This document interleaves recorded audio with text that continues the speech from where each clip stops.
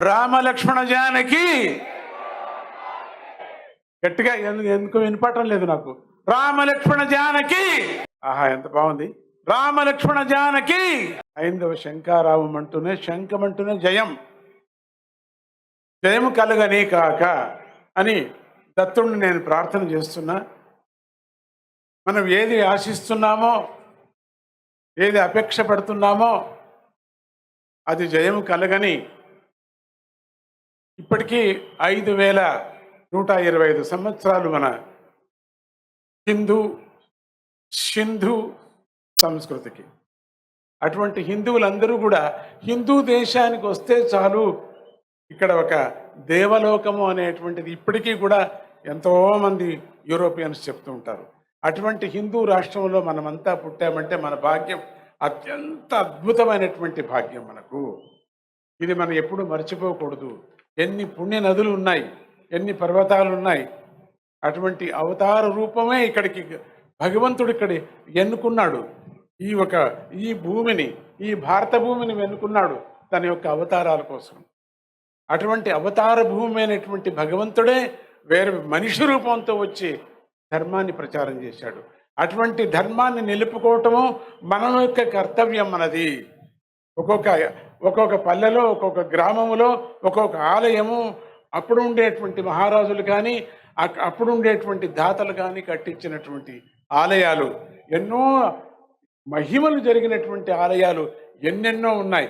అవన్నీ కూడా మనం రక్షణ చేసుకునేటువంటిది, స్వతహా రక్షణ చేసుకునేటువంటి బాధ్యత మన మీద పడింది అని మళ్ళీ మీకు నేను జ్ఞాపకం చేస్తున్నాను. మన సంప్రదాయాలను మర్చిపోకూడదు. అందరూ నొసటికి బొట్టు పెట్టుకోండి. మన సంప్రదాయం అది మనది.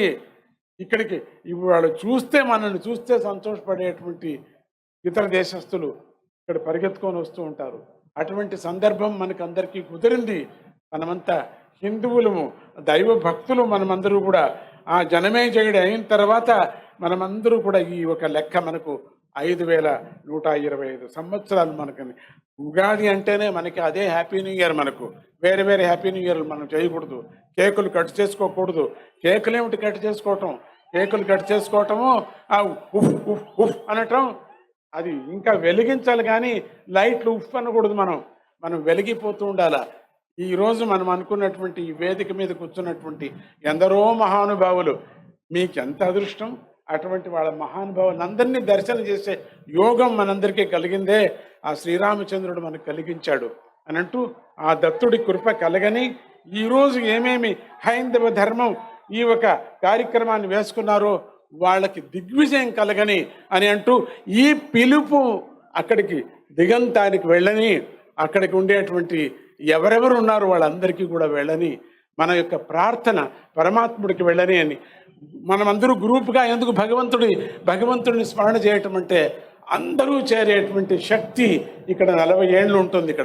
ఇక్కడ ఈరోజు జై బోలో హనుమానుకి అని అంటూనే జై వీర హనుమానుకి ఇది 40 ఏళ్ళు ఉంటుంది ఈ శబ్దం అంతా కూడా. అటువంటి రికార్డ్ అయిపోయింది.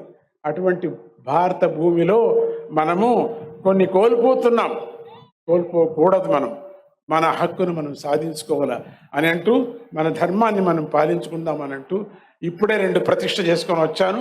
మళ్ళీ ఇంకా 2 ప్రతిష్టలకు ఇప్పుడు బయలుదేరుతున్నా. మధ్యలో అంతరాయం కలిగించాను. చాలా మహాత్ములు మాట్లాడేటువంటి సందర్భం ఉన్నాయి. దానికన్నా ముందే నా మీద ప్రేమతో నాకు ఈ 2 నిమిషాలు కల్పించారు. మీ అందరికీ నేను దీవిస్తున్నా. దత్తుడి భగవంతుడు మీ అందరినీ మంచిగా చేయని, చల్లగా ఉండని. ఈ ఎండలో కూడా మీరు ఉన్నారంటే మీ ఎంత శ్రద్ధ మీకు అనేది బాగా తెలుస్తుంది. మరి వేదిక మీద ఉండేటువంటి మహాత్ములందరికీ కూడా చేయముకి అందరూ ఒక్క పని అందరూ నమస్కారం చేయండి. చేతులు పైకెత్తండి. అందరూ కూడా చేతులు పైకెత్తండి. వెంకటరమణ స్వామి గోవిందా ఆహా అని అంటూ వాళ్ళందరికీ నమస్కారం చేస్తూ వాళ్ళ ఆశీస్సులందరూ తీసుకుందాం.